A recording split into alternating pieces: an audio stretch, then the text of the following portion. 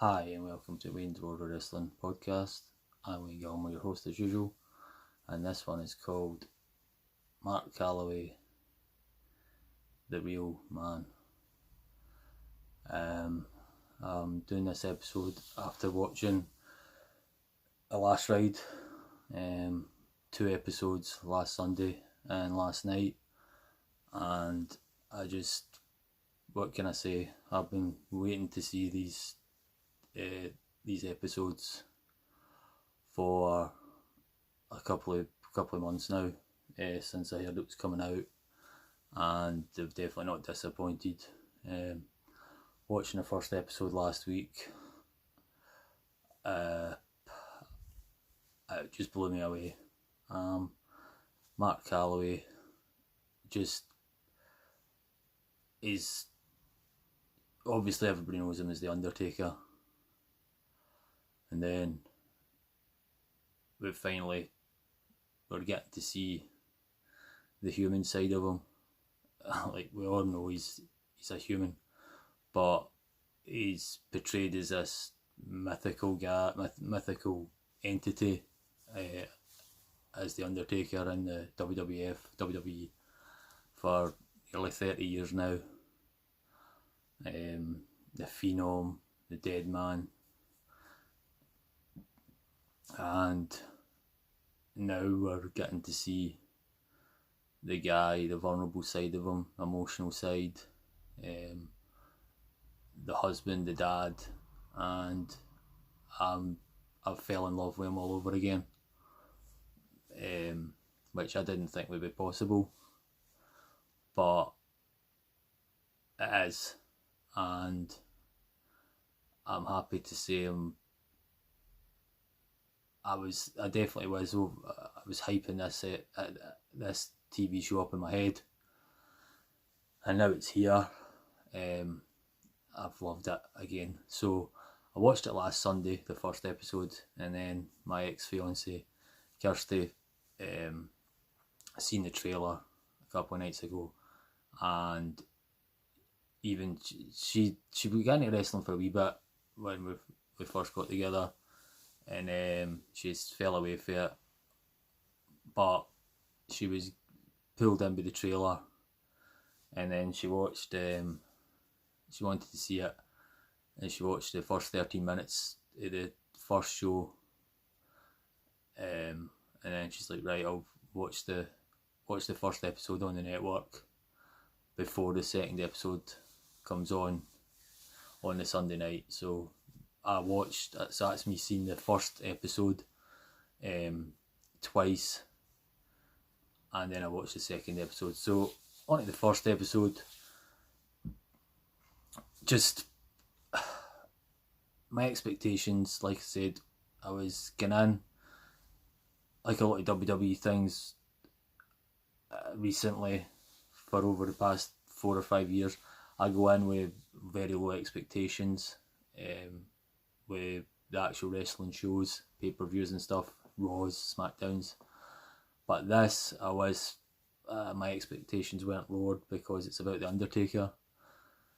And this was the first real thing, apart from Stone Cold's Broken Skull sessions. This was the first thing that was an in-depth look about Mark Calaway, finally, because he's always stayed in character.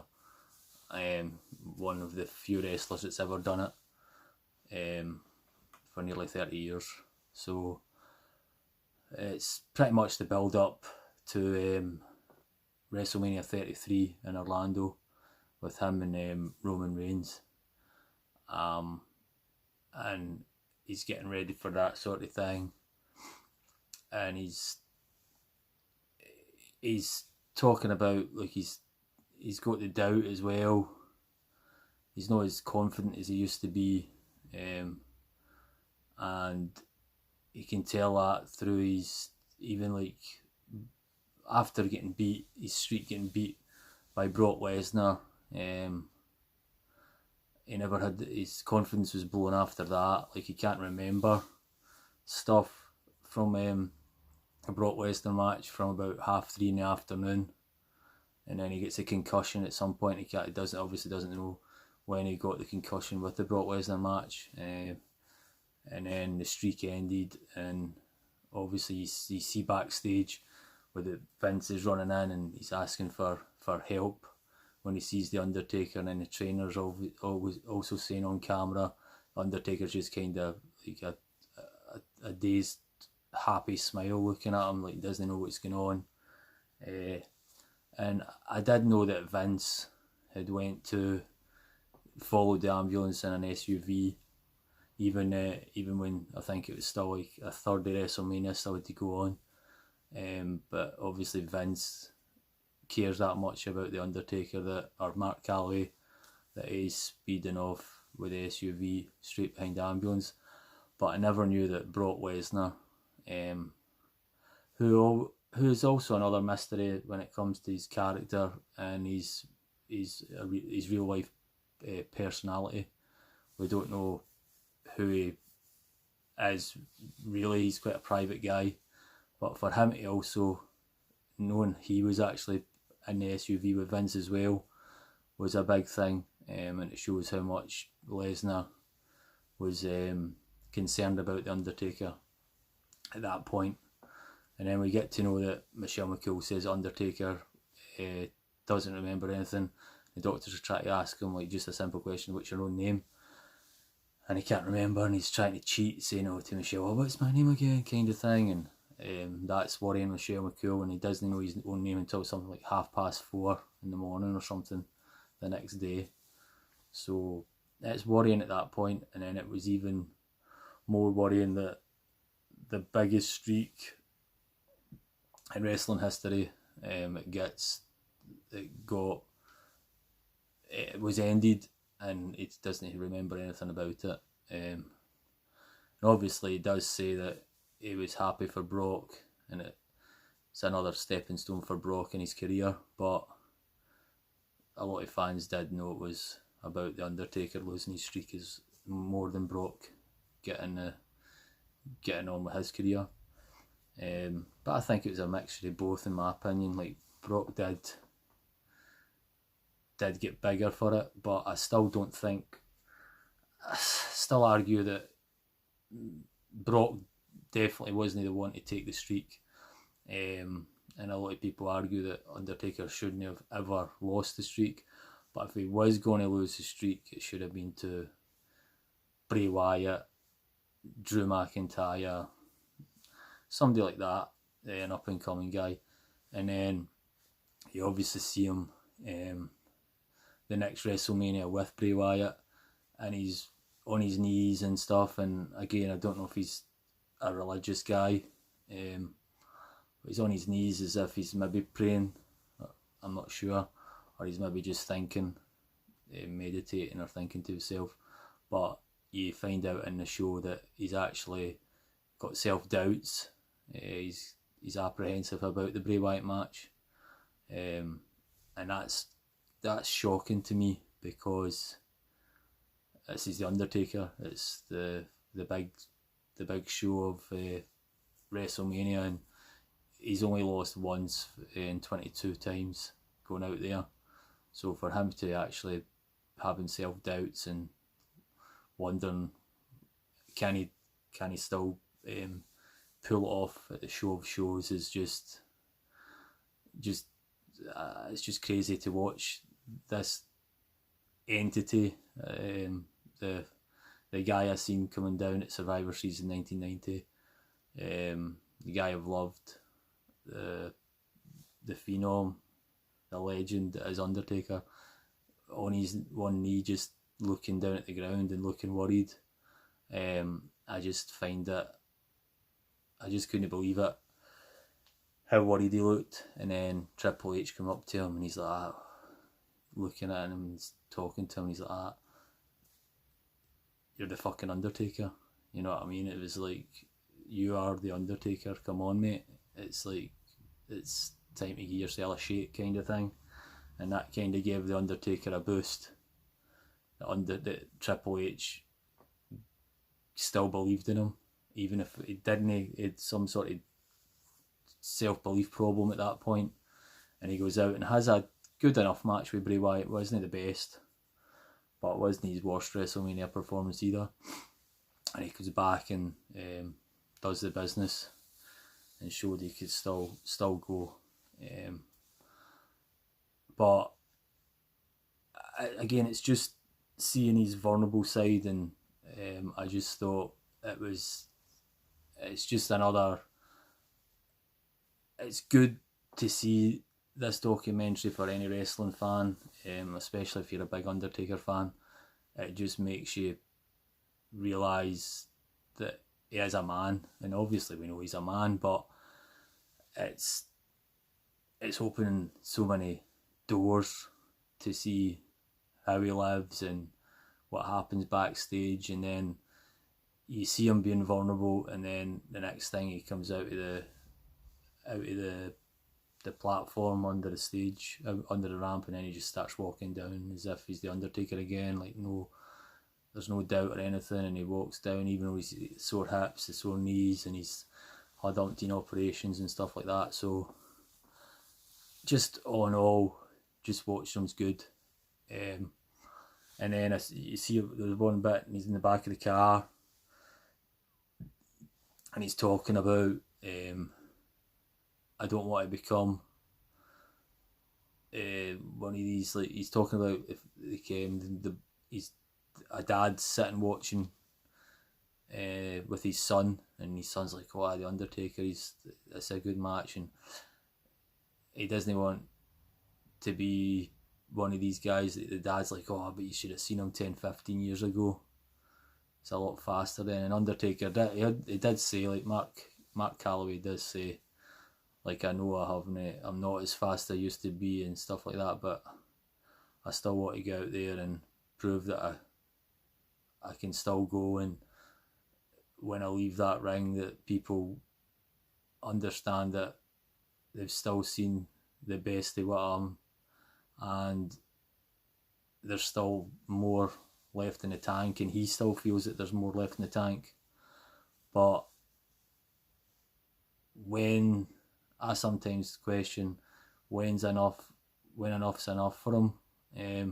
I know that he does say in the documentary as well that people are saying, oh, you're too old now, or you're a bit slow, and then he's like, his answers to these critics, including myself, I do believe that CM Punk was his last really classic match where I watched it and believed he stole the show at WrestleMania. That arguably could have or should have been his last match, and then he would have went out 21-0. But again, like he said, like people are saying he's slowed down or he's no this and he's no that anymore.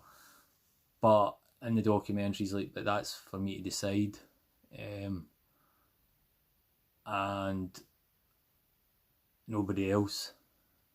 But he still obviously says, like, leading up to the Roman Reigns match, he still gets nervous. He said he get nervous at every WrestleMania.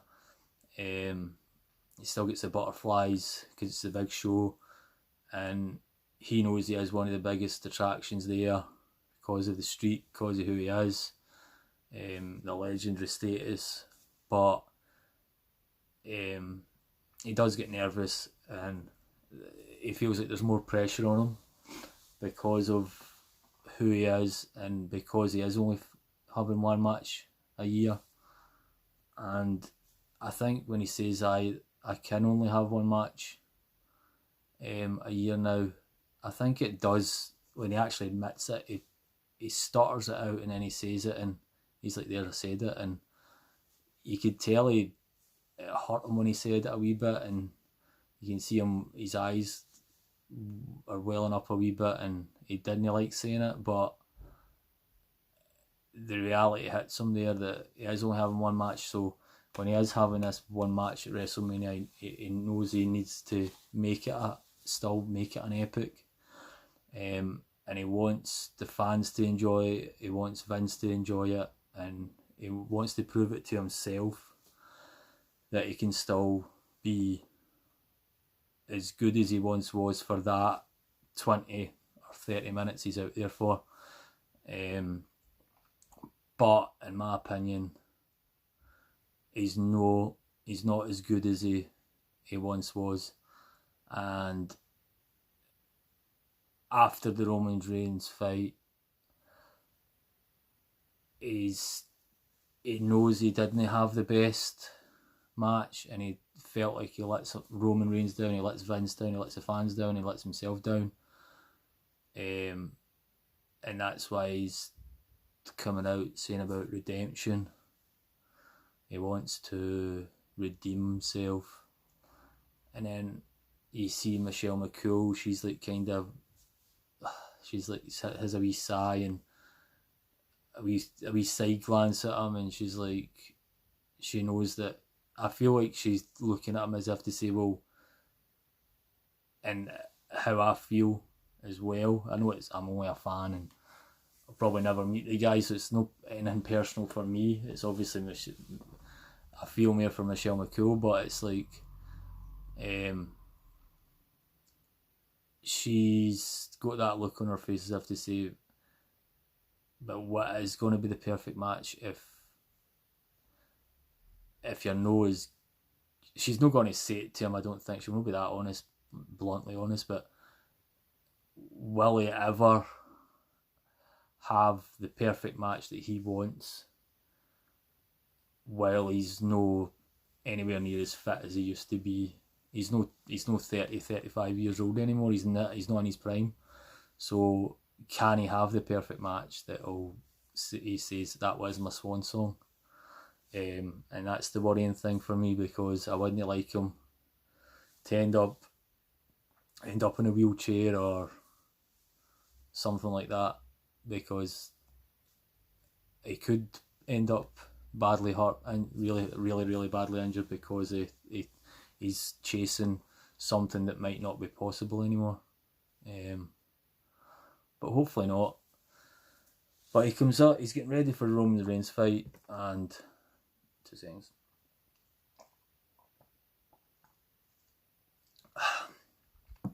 So he's getting ready for Roman Reigns fight, and he's at the stadium in Orlando, and you can see obviously the presence he's got, the respect between everybody outside around the stadium before they're getting ready.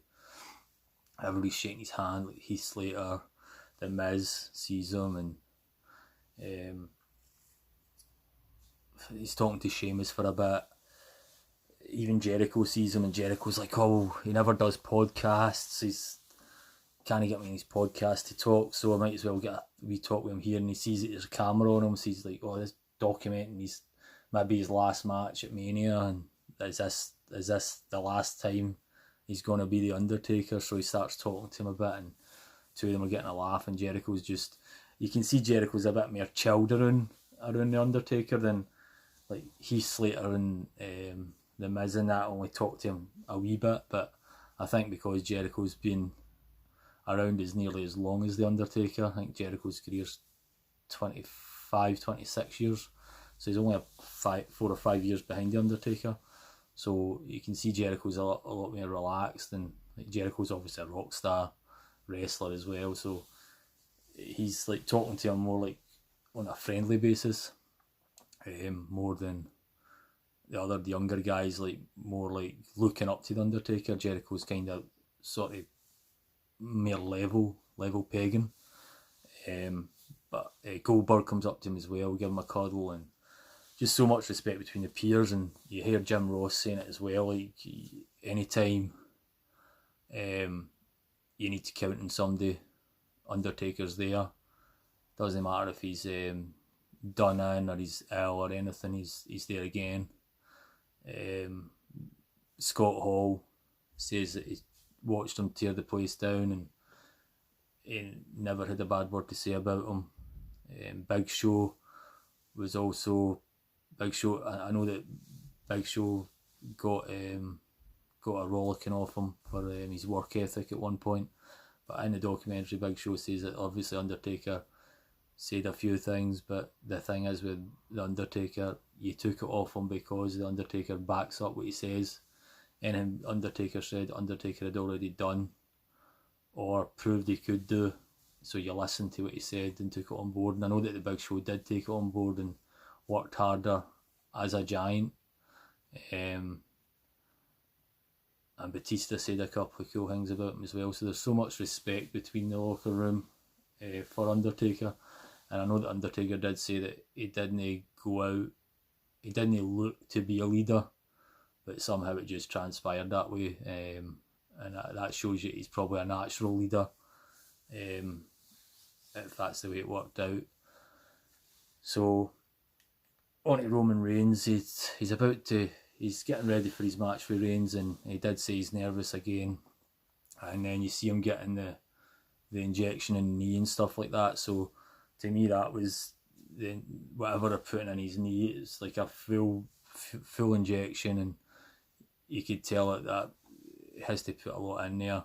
And he stands up, and the doctor's like, "Are you okay?" And he's like, it's definitely took the edge off it, and asks about his hip as well. So, and the poor bastard has to actually, the night before, I know we're speaking in the day there, but I went back a wee bit now.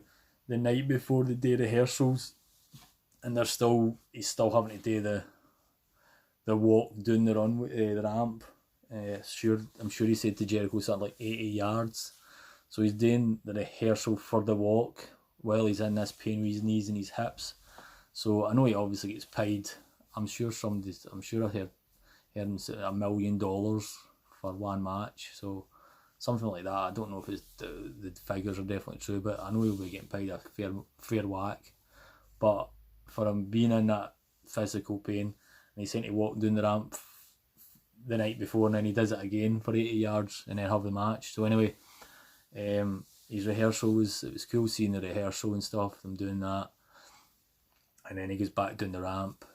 So anyway, the next night's the time for the match, and you see him backstage. He's had the pain injections and stuff, and he's getting ready for his match. And you can see him standing. You know he's got the butterflies because he's saying that he said the butterflies, and then he's under the ramp, and he comes out. Next thing, Undertaker. You know what I mean? No, it's no Mark Calaway anymore. He just comes out, and you don't even know. He's obviously got a long jacket on, but you don't really see him walking. Like he's the kind of the limp, and his back's a wee bit hunched when he's walking with the pain. But when he walks down the aisle, he's still standing formidable, walking down as if there's nothing wrong with him at all. So he's back in character. Undertaker shows on. Everybody's here to see him. Like I said, he's wanting to give the fans what they want for them. They've paid their hard-earned cash. That's how he sees it. That's what the business is all about. The wrestling fans are here to see him. And they're obviously paying their money to see other people, but the Undertaker is a big attraction at Mania. So he comes down, has a match with Reigns. I watched it a couple of weeks ago. Stayed up having a couple of drinks with Kirsty, and I watched it late on, and I didn't think it was as bad as I thought it was the first time I watched it. It still definitely isn't. It's average for Undertaker, but it's not as bad as maybe I thought it was. Obviously mistimed some moves, and for him to go out like that because he botched some moves and stuff, that's why he decides to come back. And he apologised to Reigns and stuff. It's in the ring, a couple of moves are botched, and then Reigns wins. Undertaker puts his coat and that back on, then takes it off, puts it in the ring, gloves, coat, hat, down it goes.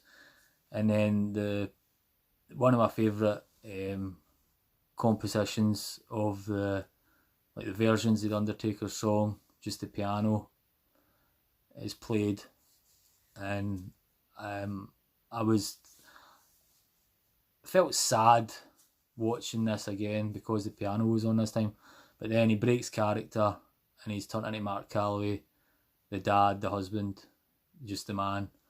Kisses Michelle McCool, checks on the kids, then he goes up the runway, the ramp, puts the fist in the air, and you see a black guy, tears streaming down his face, and it's just an emotional roller coaster in the end of the career of Undertaker at that point. You think that's him, and then you see him backstage again, and Michelle McCool's giving him a cuddle, and she's hugging him, walking, and actually Triple H sees him straight away after the ramp. He gives him a big cuddle, said it's been a hell of a ride, a hell of a journey, something like that. And then Michelle McCool walks him over, and the other wrestlers and the crew and that are clapping him. So at that point, it looks like his career's over. And Vince comes in and sees him. He's like joking with him, like, oh, he didn't come and see me. Undertaker says, oh, I tried to look for you, but you're only there. And it seems to be that was him saying bye to Vince and whatever. And then, but it's not to be. Second episode, again, I was waiting for it. Like I'm waiting for the third one, but anyway, that's next week. So, second episode is watching his match back. I know it was started off when he's in the ring, but I wasn't really that. It was just kind of like a rerun at the end. In the first episode, he's in the ring, kind of thing, just a wee bit of reconstruction. So he's watching the match back, and he's in bed with Michelle McCool watching it, and you could see his face. He was like, kind of like when Roman Reigns was trying to pick him up, and Undertaker obviously is meant to give him the jumping up off his feet, so as it gives Roman Reigns the momentum to grab him up. And Undertaker can't even do that for him, and Undertaker's disgusted with himself watching it, and that's when he starts talking or thinking about, I need to redeem myself. I can't get out WWE, and I can't get out of the wrestling world with a match like that. And he's sick to his stomach because my career shouldn't end like this, and that's what's in his head. So starting off, it goes to has his operation. 8 months. Around about 8 months after WrestleMania 33. Pardon me. So has his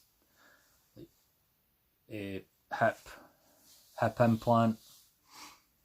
And it's funny. I like the bit when the doctor asks him, or the nurse, the consultant asks him if he's had any operations before, and he kind of just laughs like like a mocking laugh, because obviously he's had plenty. And then the guy starts spelling out all the operations he's had, and then the other doctor comes in. They get ready for the operation, and everything works out. And he starts, the crutches that he has are giant crutches. Like Kirsty was laughing at how tall they were. The crutches were nearly as tall as the couple of staff members in the hospital next to him. And he's walking fine. And as soon as he's walking fine on the hip implant, he's thinking redemption. And Michelle McCool's like, here we go. And he goes in and sees Vince, and Vince is in the office. And what I'm liking about this as well, the documentary, is that Vince and obviously you're getting to know Mark Calaway, and you're seeing Michelle McCool as well, but you're seeing Vince McMahon as a person instead of Mr. McMahon and Vince on the TV shows. So you're actually seeing Vince, which I'm really enjoying. And Vince and the Undertaker have got a great relationship. So anyway, they're in the office and they're getting a laugh and talking away, and Vince is pretty much just want to know how the implant went, and whether Undertaker is finished or he's got more in the tank. And the meeting finishes with Undertaker saying he's pretty much no got much left in the tank, but if Vince needed him, he would be there because he's been loyal all these years. And Vince says something like a bit of reverse psychology, and then because it's a calmer meeting, he says Vince usually is crazy in the meetings, and you go in, you're wanting to say what you want to say, but you come out and you've not actually said anything you wanted to say. So Undertaker ended up saying he's gave up getting into meetings with any strategy over the years, and just goes in and just lets Vince say what he wants to say, and then hope he comes out with some sort of advantage, but most of the time. So Vince, he walked out the meeting wondering if Vince was trying to do reverse psychology or whatever. So Undertaker leaves the meeting, but he starts thinking WrestleMania's coming up and whatever. But then the Royal Rumble's on, and he goes, he does go in the Rumble, and he's face to face with Roman Reigns. But he still believes something like he's not meant to be. He shouldn't be in this match with Reigns. At the same time, that's when he starts realising I shouldn't have been in the match at WrestleMania 33. I was overweight and etc. etc. He's like, and that's when he starts getting to the point where other wrestlers deserve the spot sometimes, and that's what puts more pressure on him again. It puts more pressure on himself. And again, it's the vulnerability again. It's like the added pressure on him. And it's a side where you just don't... this is what I'm loving about it. It's like I'm seeing the side of the man. When you just... obviously you only just see the myth and the legend of The Undertaker, and now you're seeing this vulnerable guy. So start talking about him and Vince's relationship before I get on to the... I'm going to get on to... I'll do the Vince relationship next, and then I'll do his training, and then his match at the WrestleMania 34. Aye. So his relationship with Vince in this episode, you see it's a real chemistry between them. His other wrestlers as well said that Undertaker was one of the only people that would answer Vince back, and Vince did listen to him, which again I'm shocked about. So he obviously respected Undertaker's word and what Undertaker would say, like Undertaker's influence and Undertaker's thoughts and his opinions, which Vince, what I've heard about Vince with like people like Dean Ambrose have said, and Luke Harper and whoever else, they don't really see that side of Vince. So obviously Undertaker's longevity proves that Vince has got a lot of respect for him. So the two of them are talking different times on the camera, and Undertaker does say that Vince is like as influential as his father. He is like another father to him. He's a friend, like a brother, and he would do anything for Vince. He would even take a bullet for him. And Vince is pretty much the same as The Undertaker. He's got so much time for him, respect. Undertaker's so loyal. And it's amazing to see the bond between them. And then after matches and stuff, Vince big hugs with them, and there's an emotion between them as well.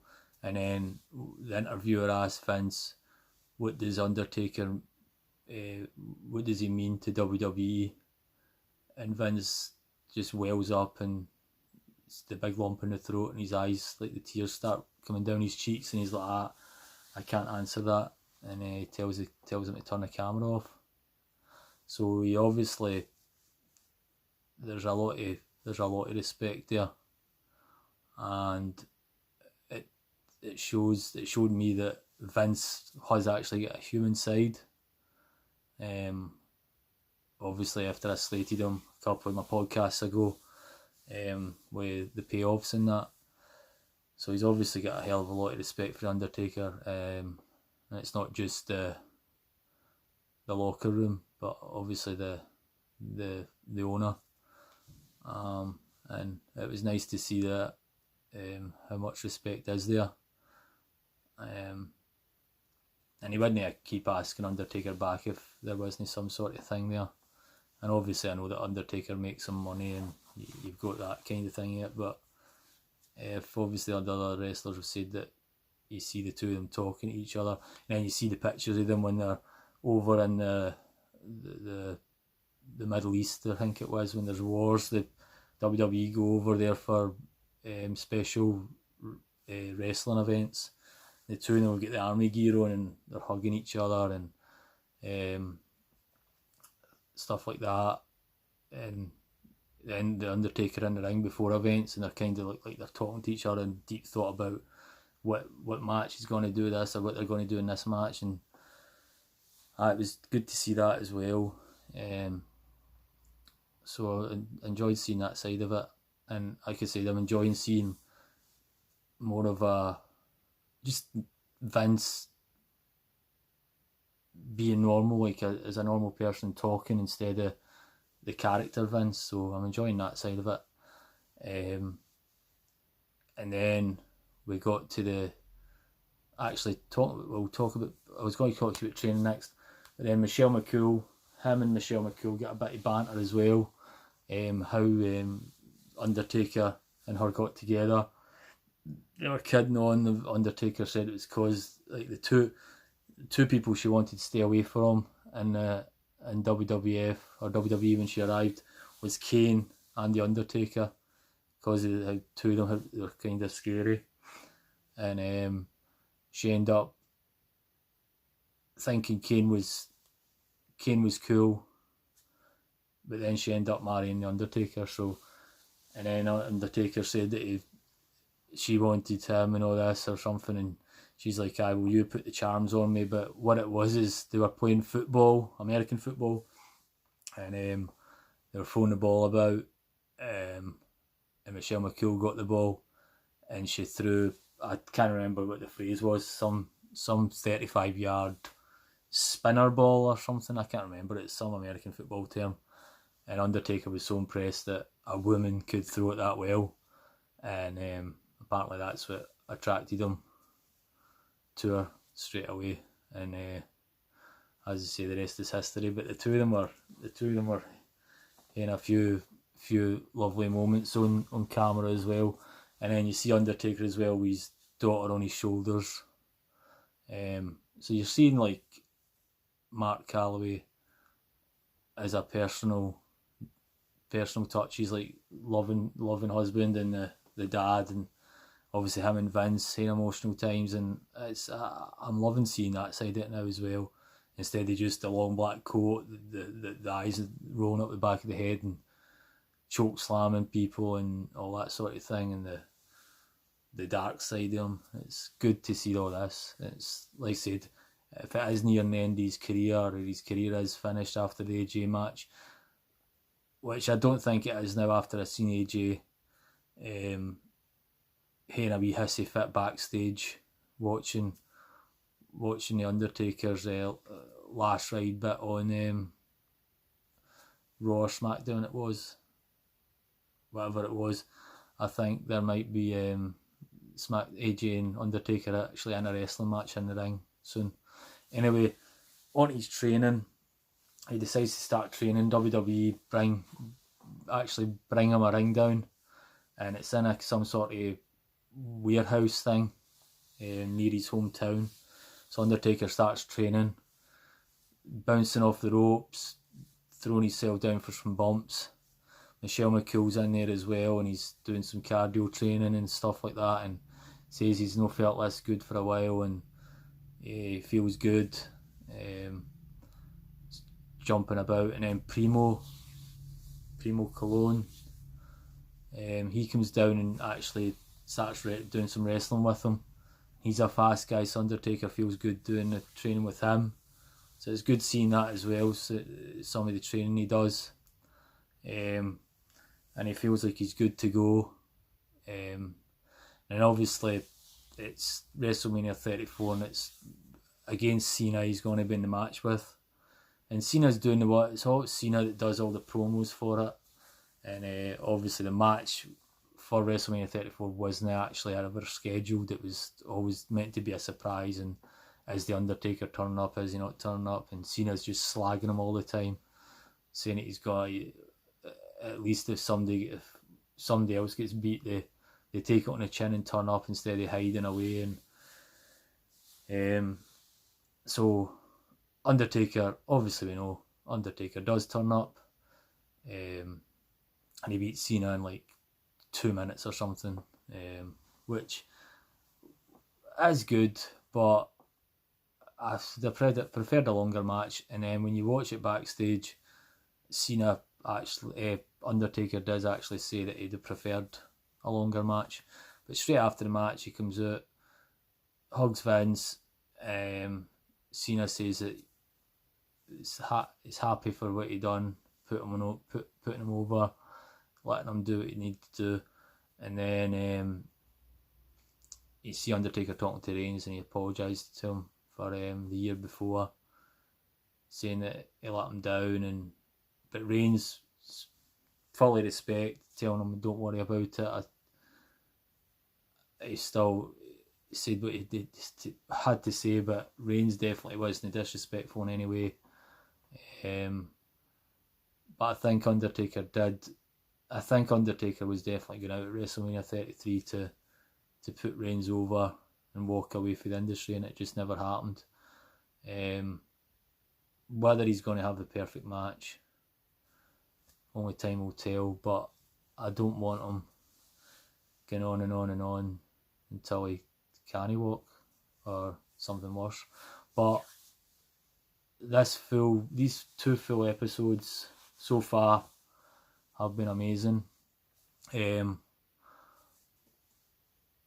I definitely looking forward to the third one. I said it's just been all behind the scenes, watching the emotions,